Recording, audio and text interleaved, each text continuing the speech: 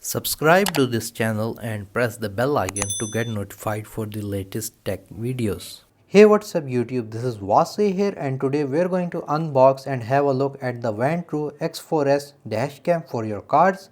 So let's begin the video. Here is the parcel and I bought it from daraz.pk. If you're interested, I will put the link in the video description. So this is a dash cam and it supports 4K quality and it also has a Wi-Fi feature. So let me just unbox it, and at the end of the video I'm going to show you its video quality result as well. So make sure you watch the video till the very end. Here is the box. Nice packaging by the seller, and this is most probably my payment receipt. So let me just cut open it.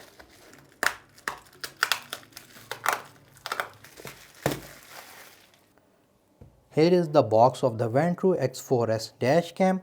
On the front we have the actual picture of the camera, and here on the side we have some of the stickers with the serial number. For some reason the box seal was already open. Let's hope the camera is fine inside. Vantrue automobile security and dashcam focused. So that's the main reason why I bought the Vantrue Dashcam, because their primary focus is on dash cameras, and I'm hoping that this is going to be a very good experience. So on the back we have some of its main specifications. It can support 4K at 30 fps, 2K at 60 fps, and at 1080p 120 fps. Omnivision 8 megapixel CMOS camera. It supports 5G 2.4G Wi-Fi networking. Again, it has HDR wide viewing angle because it is a dash cam. It has super capacitors which can work in very low and at very high temperatures. For exact specification you can look at their website. It has a 3-inch screen which is not touch. It has parking monitor, emergency protection, time lapse, GPS tracking which is optional. So that's all. So with the Wi-Fi you can connect it to your phone via their app. It is available both on iPhone and on Android. By default it usually has a seal, but in my case it's already opened, so we're just going to open the box. First of all, we're going to have a quick start guide which I highly recommend that you read. So it's going to show you how you can connect the camera, what settings you should do before using it. Then we have a complete manual which is quite big, as you can see right here. First of all, let's look at the accessories. Here is the first box. So it's actually going to contain the cable that will be used to power our dash cam using the cigarette lighter port. So here we have it. One end is a USB type C port. Here we have a good length of a cable, and the other end will be connected to our cigarette lighter port on our car to power the dash cam. And here if you scroll or swipe it, you can see we have an additional USB port so that you can charge your phone etc. using the cigarette lighter port. Then we have another box. And here inside we have two of these things. First of all, we're going to have a USB A to USB type C cable, as you can see right here. So the purpose of this cable is that you can connect your dash cam with your laptop or Mac, and you can transfer video footage from your dash cam to your Mac. So this is a data transfer cable, and that is a power cable for the dash cam.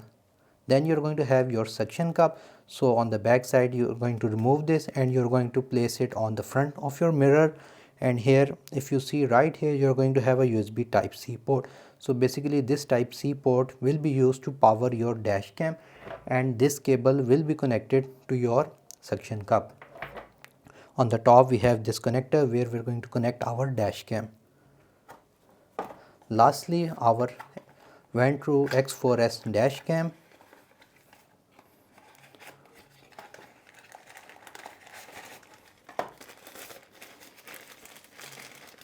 And here we have it. So on the front it has this protective covering so that the lens does not get scratched while shipment. Here we have Vantrue on the front. These are speakers. It's an on dash for X4S, which is its model. On the side we have the micro SD card port, and it supports up to 256 GB of micro SD card, and you should buy good quality surveillance cards because the card is going to be continuously overwritten with new data as the camera is recording. On the back we have our 3-inch screen which is not touch, a simple screen. On the bottom we have these vents for cooling I guess and a reset button. On the other side it's nothing. On the top we have a USB-C port and a power button.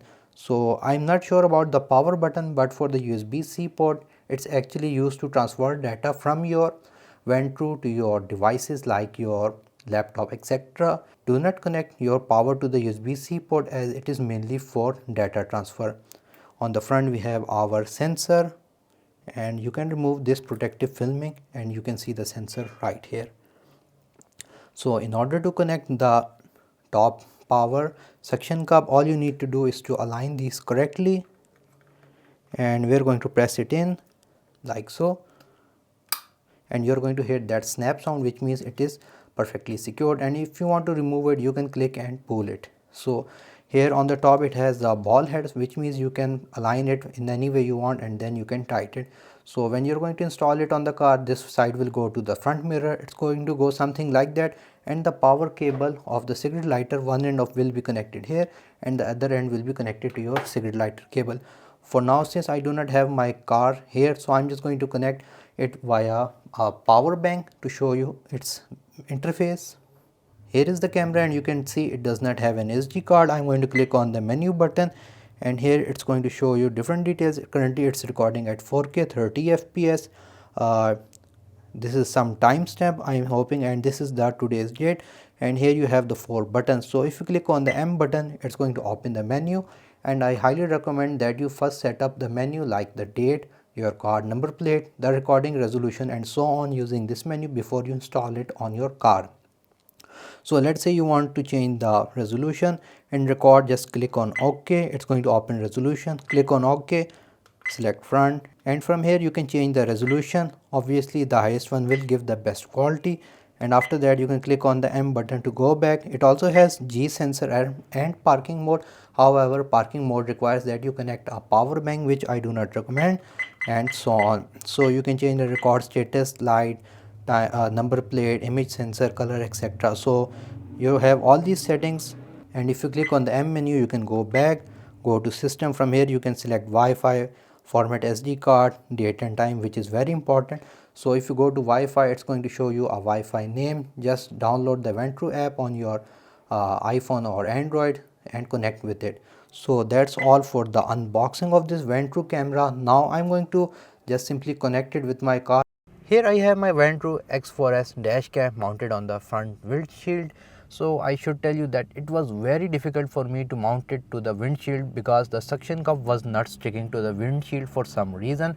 Vantrue should provide better quality suction cups. Anyways, I was able to paste it to the front windshield.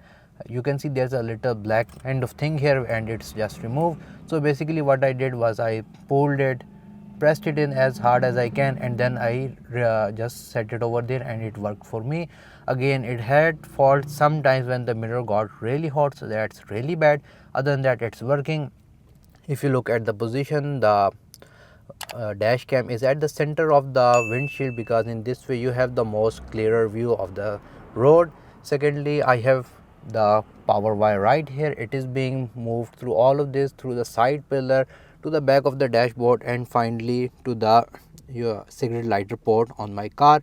And you have this little blue light which indicates that the dash cam is on, which is great because you know that whether your dash cam is getting power or not.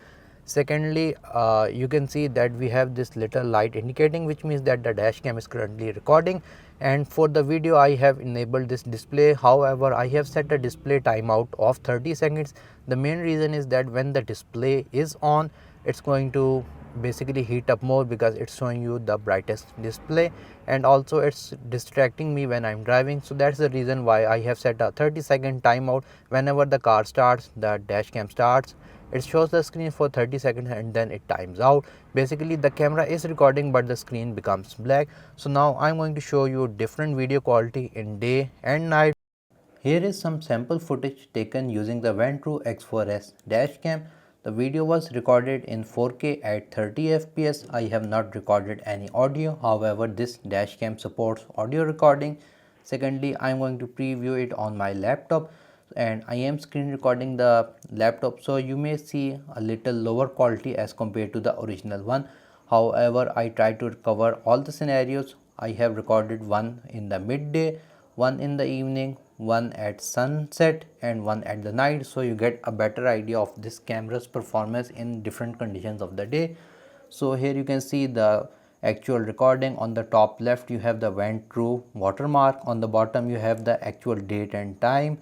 Other than that, you have the X4S, which is the Dashcam model, and here I have my car's license plate.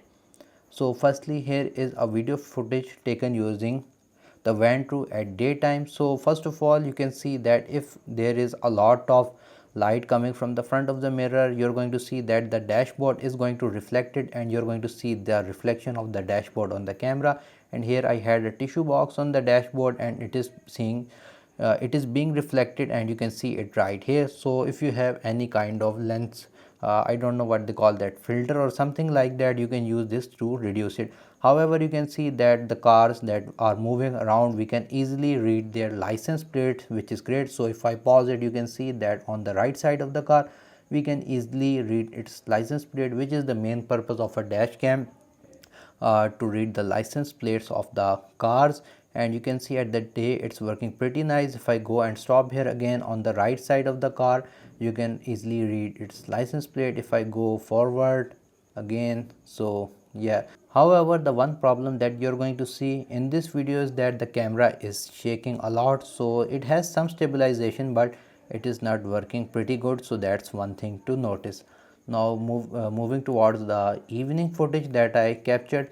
So in the evening footage it was not very good, I would say. Like if I go forward in the video, you can see some of the license plates which are pretty near to the camera, but if I go little forward, you can see we have this evening footage. So when there is darkness like this kind of situation, the camera is facing a lot of problems. So you can see the car is passing, but it's really hard to read the license plate of that car. Again, we have another example, like we can see the license plate, but it's really hard for the camera to focus on it. So in the evening it's not really good, I would say. So here you can see we have some light, and I'm also enabled headlights of my car. So in some situations you can easily read the number plates. Like if I go in this scenario, on the back side of the car, if you stop the video and see it, you can easily read it, but in most cases it's really hard to read. So if let's say if I go here, on the right side we have a car, but the license plate cannot be read because of low light situation, and the picture quality has become noisy. However, in some cases we can read the license plate. So like in this case, I can easily read the license plate. So you can see on some of the cars we can see the numbers, but in some we cannot. So my opinion or the conclusion for me is that it's going to depend on the lighting conditions at night. So here we had a lot of street lights, that's the reason why the camera was able to read the license plate. But overall, looking at other dash cams in the market, I think it is pretty good and it is doing its job pretty well. I have used it in extreme heat conditions where the camera became really hot, but it did not turn off and it continued its recording, which is the main purpose of the dash cam. So overall, I am satisfied with this product. In day you have the best quality, at night if you have sufficient light it can work, but at sunset kind of situations the camera is unable to capture a lot, I think due to multiple light conditions. So guys, if you like this unboxing video of the Vantrue camera, like, share, subscribe. If you have any other questions, write them in the comment section below, and if you have not subscribed to my channel, please do so. Thank you for watching, and as always, stay safe.